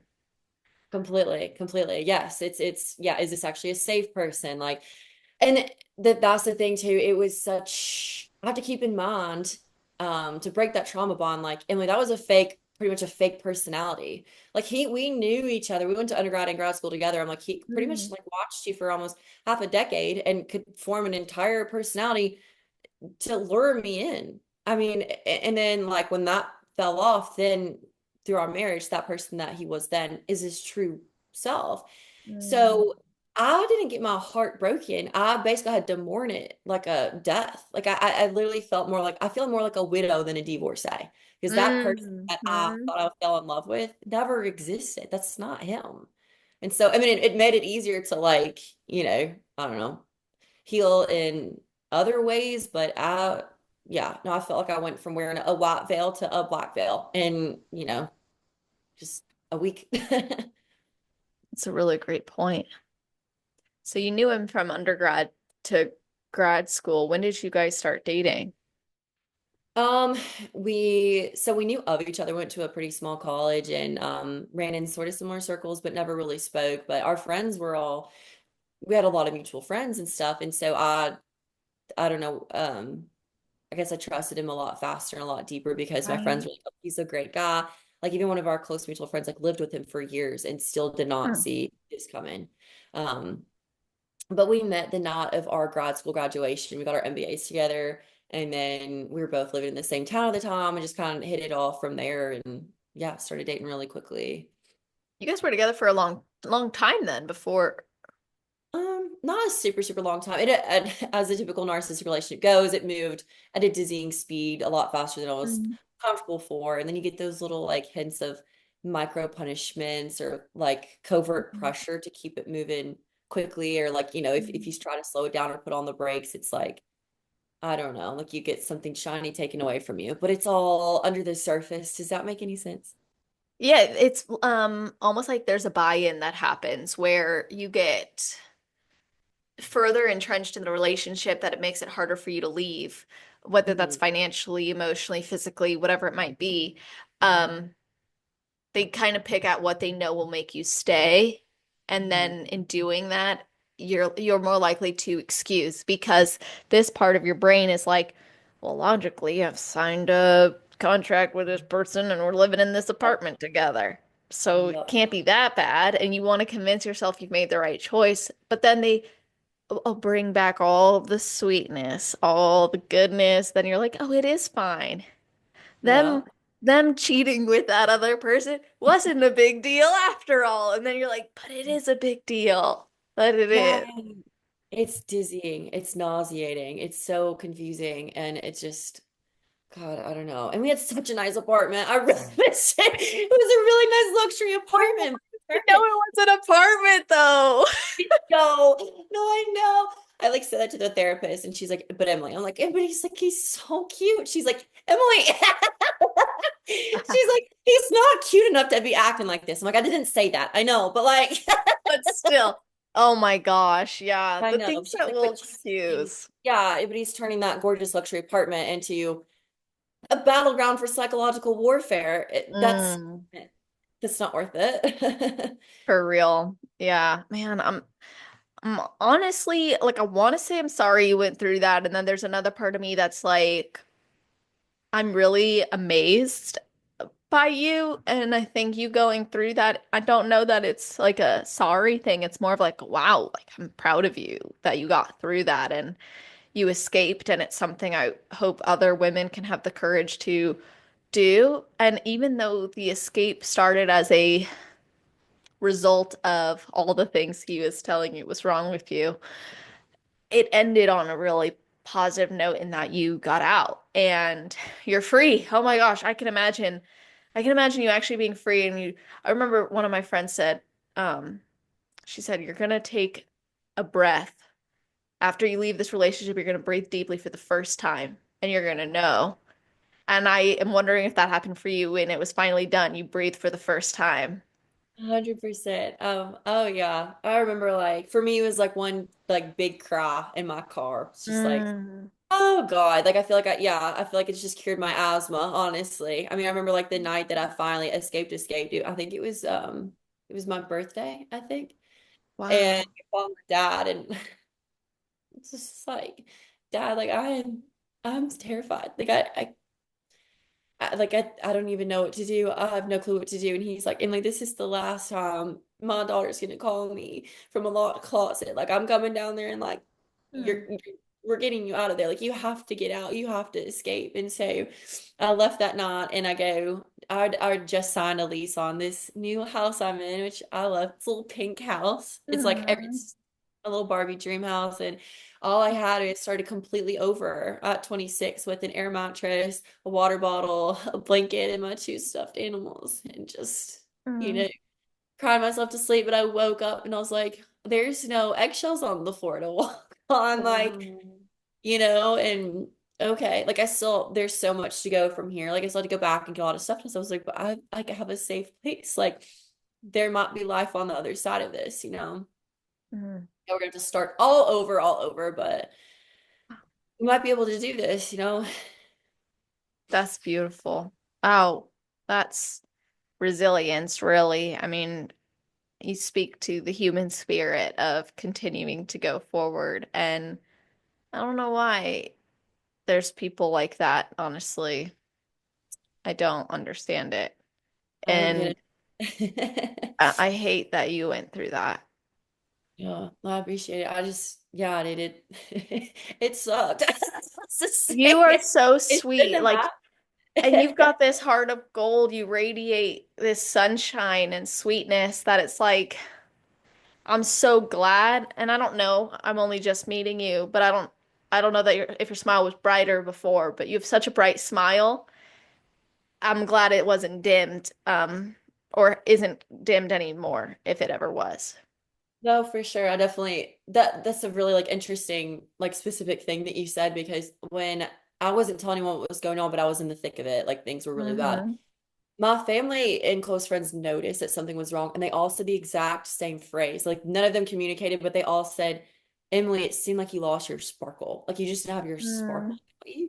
And then like now, when I'm happier and healthier than I've ever been in my life now. And like I just saw a lot of my family and friends at Christmas time a few weeks ago, and they all say the same thing. They're like, "Oh, you're sparkling, like you're shining, like you're glowing." You know what I mean? And it's like, Mm. oh, okay, like it's just these little intangible things that are either there or not. You can kind of see it in someone's eyes, like looking back at pictures, when you're going through a hard time. I don't know if you can see it like in your face. You're like, I Yes. look so stressed.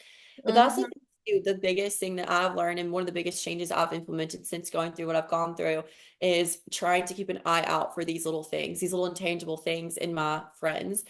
Mm. Um, and asking these more vulnerable questions. I will ask my friends that I'm very close to, and they tell me a lot about, their boyfriend or their marriage, whatever. And I'm like, hey, behind closed doors, like, tell me do you feel safe? What is he like when he's upset with you? Like, I will ask almost invasive questions, and I would rather risk, them being like, I'm not comfortable sharing that with you, or like, whatever. I would rather risk that, but really check in on my friends. And that's something I've encouraged them to do as well. Like ask people how they really are behind closed doors because it is really, really tough to be the person that Mm. makes a phone call and say, like, I'm not okay. Things are really bad. Like I had to call all my bridesmaids one by one. Like you just stood by me. I'm like happy to save my life. Like I have to tell you, like it's really bad. So Mm. yeah, I definitely, if I could just give one piece of advice to don't be scared to ask your friends if you feel even just a small vibe shift, even over social media. If you see a picture like, I just don't have the best feeling, call them. Don't be scared to ask those questions and see how they really are Mm. doing behind those doors. I love that. Uh, You know, something that was difficult for me is hearing people say they knew things before. And I'm like, why didn't you tell me? And I get that I wouldn't have probably listened. There, I can remember a conversation I had with a woman in Arizona. It was a friend of mine, and she gave me a warning. And I should have listened. I should have listened, but it doesn't matter because that stands out to me now, and I'm grateful for that. Um, More so than I am did you know about this? I knew about this. Da, da, da, da, da. I'm like, I want to have compassion and grace for people, which is one of my strengths and weaknesses in that case, where you make excuses for Yeah. mistreatment. Um, but then again, like I appreciate how you said that, and there is so much courage to call up your friend and be like, I am so bad. Like I remember my sister and my best friend were both like, you're depressed a lot. And I'm Mm. like, uh-huh. And he's always got something that he needs you for. When do you talk? Not, I never get to. There's nothing about, I can't. And then Yeah. it was those slow little things that I revealed. And my friends are amazing. My sister's amazing. Like they always support me, the relationship that I'm in. So they would never speak poorly. And then I remember one time my best friend was like, I've been in this situation. You're done. Like it's Yeah. okay to get out. Like it's not gonna change. But I had to get to that point to Yeah. hear her say that, you know? Yes. You kind of have to get knee deep in these situations a little bit, and then someone kind of has to say something specifically. Like I met a girl and I had a vibe that something was off in her. She already had a few children with this guy, but they weren't married yet, but they were engaged. And I said, "Hey," I just had a weird feeling about him, and I've known this girl for years, and I was like, hey, have you found yourself kind of like, not really planning your wedding anymore? Like little things that in hindsight, like I was looking back and I was like, found yourself just kind of avoiding wedding planning. She's like, yeah. And I said, okay, when you cry, like, does he ever just stare at you or smirk a little bit? She's like, yeah, I kind of does this. And then I would ask little questions and she started finishing my sentences. And I was like, hang on. I was like, hey, I just want to tell you, you don't have to marry him. Like, you don't have to marry him. And she just looked at me. She goes, what'd you say? I was like, I don't, that's a really specific like thing to say. But I'm like, if no one's told you, you don't have to do this. You'll always be connected to this guy, like you have children together. And she goes, I think like I needed to hear that. She was like, oh my God. I was like, it's gonna be okay. Like no one's pressuring you to do this. And I was like, I think, and we basically she was in a very, very, very similar situation. It was like I was saying, like the wheels of abuse were turning. The mask hadn't necessarily fully fallen off yet. But I kind of walked her through like, hey, this is what you might be able to expect. And I think he's a very narcissistic guy. And they follow very similar patterns. So I'm like, just want to let you know, like the most dangerous part is the leaving, and this is what might happen. Mm.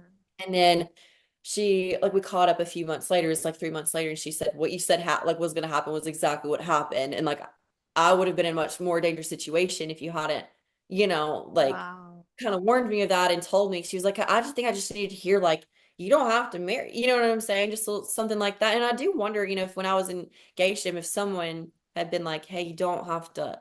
Like I remember before I even walked down the aisle, the wedding planner was about to open the door. She goes, are you ready? And I said, no, like there was something in my stomach that was just like we, Wow. we we're not something's I don't know, like just like don't do it. And she said, "Are you ready?" I said, "No." And she said, "It's too late. We're opening the doors." I said, "Don't open the doors." She opens the door. We're walking down the. I know, like just little things like that. Do you know what I'm saying? Interesting. Yeah, yeah, yeah. I hear you. It's like the women intuition. Yes. But it's important, like, you say you have so much compassion for others. That's one of your like strengths and weaknesses. It's so important, I think, for us to have compassion for ourselves when we look back at these moments of like, okay, Mm. maybe I did pull the wool over my eyes, or there were some things, or when other people say, well, I saw this.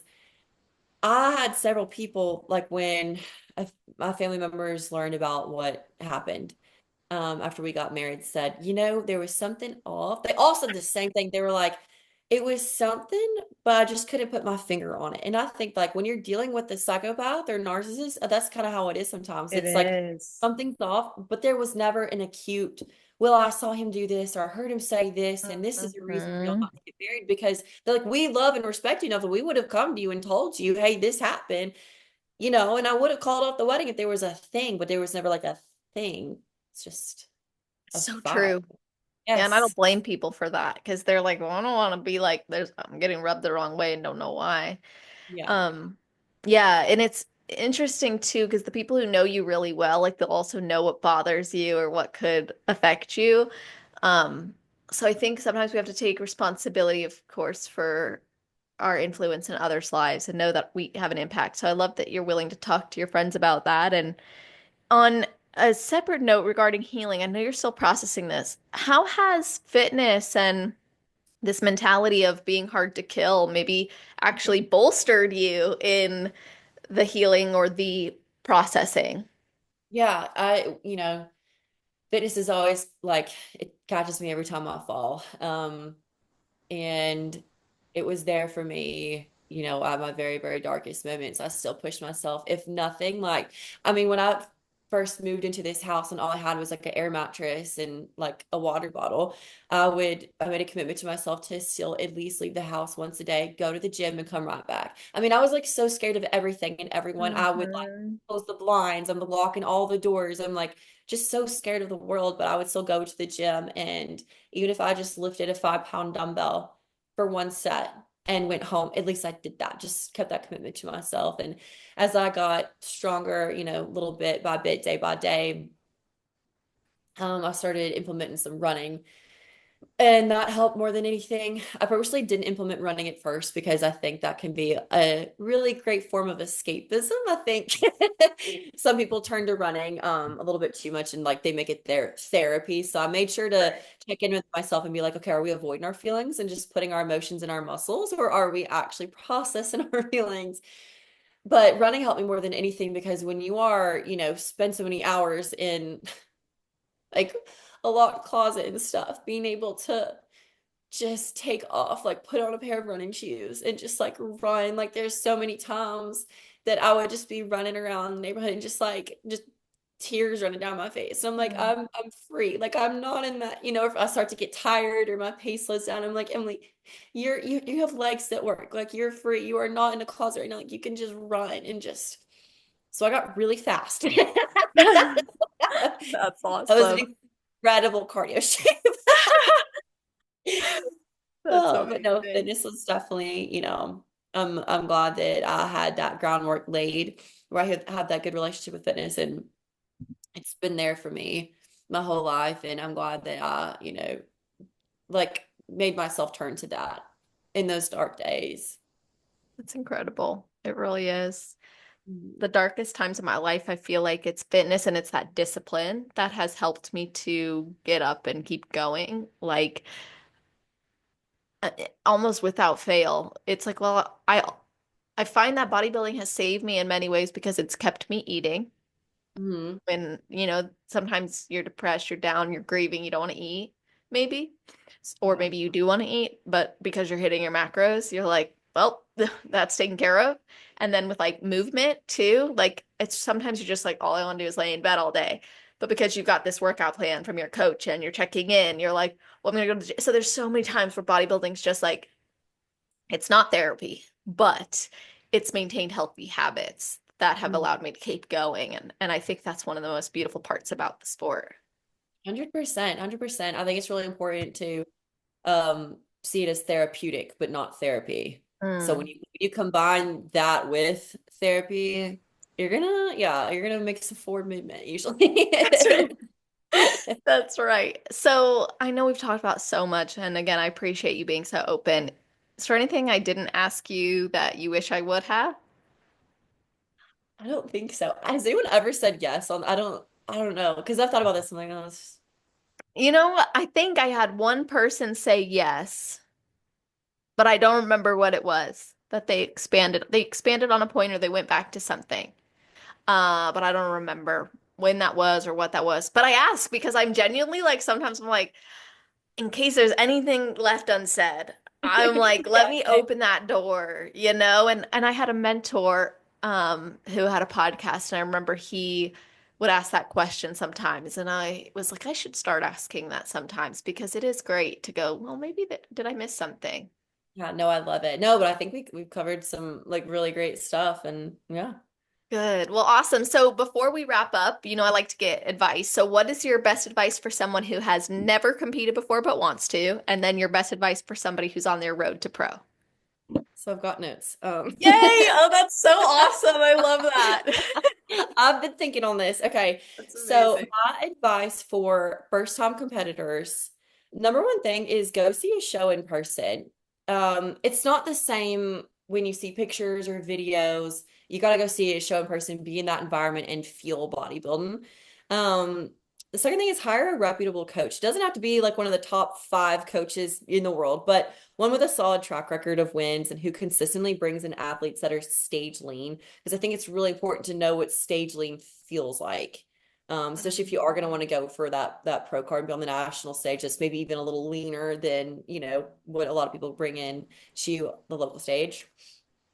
And then this is probably like my biggest piece of advice is to work with that coach through at least one full off season or like one full year before prepping. Like I would not recommend working with a coach and immediately going into prep. Like give them a chance to learn your body and build that trust and communication like we were talking about with that coach. That's gonna make that prep so much more successful. And then shorten the learning curve for yourself as much as possible through like podcasts like this, forums and workshops. Workshops are amazing. And I've like spoken at some, and they're really great for networking.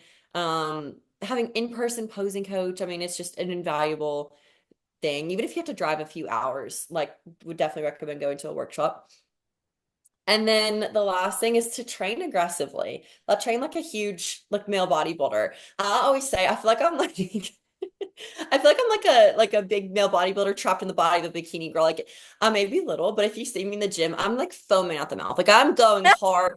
But when you turn around, I'm holding like 10-pound dumbbells. That is awesome. Like I always say I'm like a combo of like Paris Hilton, Arnold Schwarzenegger, and Theo Von. But like in the gym, Oh, I'm I I'm love those. That yes. is so good.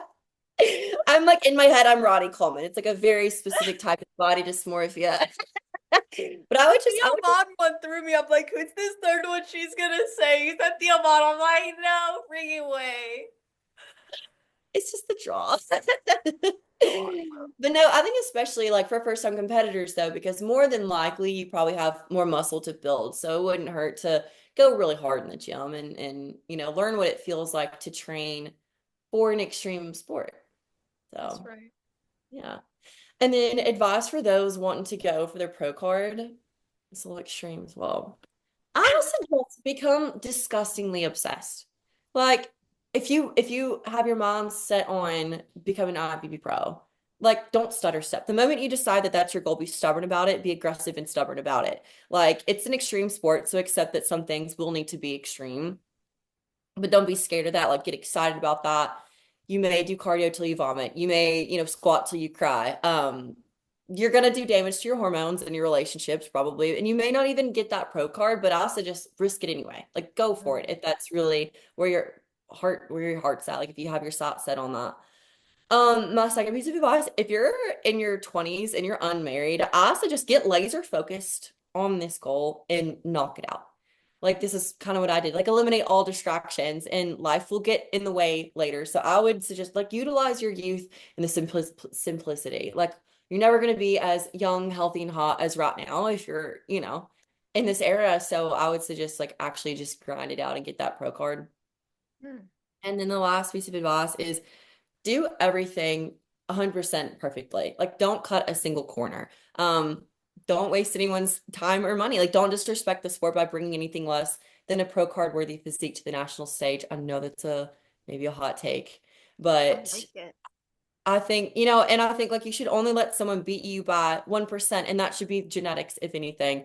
The competitiveness on the national stages is insane. It's like splitting hairs, and it gets more competitive like every year. So I would go for the best suit with the highest quality crystals, work with a top posing coach, weigh food down to the hundredth of an ounce. Like the top competitors are not cutting a single corner, down to the inch of where your extensions lay on your lower back. I don't know if you've ever seen like James will literally take scissors if your extensions are too Hmm. long and like, cut it I love that. along the line. Yeah.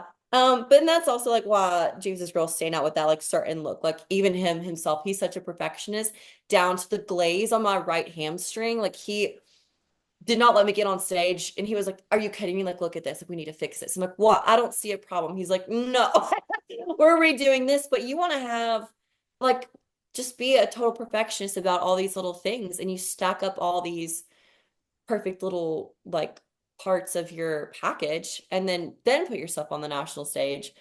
Spend that money to be perfect. And on that one national show, if you do want to maybe just take that fastest track to the pro card and instead of dragging it out to, multiple national shows, and the investment will be worth it. So, Hmm. yeah. That's advice I wish I would have heard even when I started, to be honest. Like to not spend all the money on all the shows. Mhm. Just get ready. Get what I'm hearing from you is get glaze worthy. And I would have done that first a long time ago. And now I feel like I'm in my prime as an athlete, but I'm also like so ready for other areas of my life that it's such a different feeling. So it's great advice, and I appreciate you sharing all of that. Yeah, well, I appreciate the opportunity. I have one more like teeny tiny hot take. I guess it's Please. I love a hot take. advice. I'm like climbing on my furniture. I uh my hot take is that a lot of people think an IFBB Pro card won't change your life. They're like, you're gonna wake up the next day, you're still the same person. I think it can if you let it. I literally woke up the next day and I was like, I'm an IFBB Pro. And I wake up like almost every day. I'm like, oh my God, like I did that. Like I'm a professional athlete. Like it really can if you like let it sit and you can celebrate that about yourself. And I don't know. Like even when I am lacking confidence in other areas, I'm like, Emily, like you're a professional bodybuilder, like you did that. You know what I'm saying? Like Wow. if you can do that, and it's so hard to do to get that pro card, it's so hard to do. If you can do that, you can do this, and so I think that you can let it really change things if you get your mind in that place. That is a hot take because I will say myself and many others would disagree. At least from the other athletes I've spoken to, a lot of them will say it didn't change their life. But then a lot of them have said it does. So I think you make a great point that it's up to you, really, how you let it affect you. And I Yeah. think you're right, like celebrating all that hard work. It's not easy to become an IFBB pro, despite people also saying that, well, there's so many more opportunities and there's so many more pro cards. Well, that's because there's so many more competitors. Um, Exactly. doesn't mean it's easier by any means. So I am really grateful you shared that and just everything that you've brought to the table today and been so open about. Obviously, it sounds like you're willing to connect with others. So how can people connect with you, follow you, work with you as well? Yeah, definitely. You can find me on Instagram at Emily_Reber. That's Reber. And I don't check it all the time, all the time. I'm a little bit off the grid these days, but Good for you. you can find me there. And then like that's where I'll be posting my next webinar information as well. Okay, awesome. We'll put all of that in the show notes page. So you guys, that's always on celestial.fit/podcast if you're listening right away. I don't know where that thumbs up came from. Do you see that on your screen? Tried to like turn that off of mine and I can't figure I it can't. I feel like it was because of like your thumb was like pointed up and it was like, oh, maybe. out again. I don't know. That's weird. Only things that people who watch the videos get to see. But yeah, it'll be at the top of the page. And then you guys, if you are listening in the future, scroll down to the alphabetized category section. And not only will you see the links to connect with us, but you're also going to see a summary of the episode, a bulleted list of the topics we covered, as well as episodes timestamps. So you can go back and listen to your favorite part or share it with your teammates, your friends, your family, let them know what resonated with you or what they need to hear. It goes a long way for the show, but also for the athletes when you post that you listened and let them know what your takeaways were, what you thought of the show. So thank you all so much for tuning in. Emily, thank you for coming on. Thank you so much for having It me. was my pleasure, truly. And everyone listening, I hope you all have an amazing rest of your day, night, or morning, wherever you are in the world while you're listening to this episode. Just make it awesome.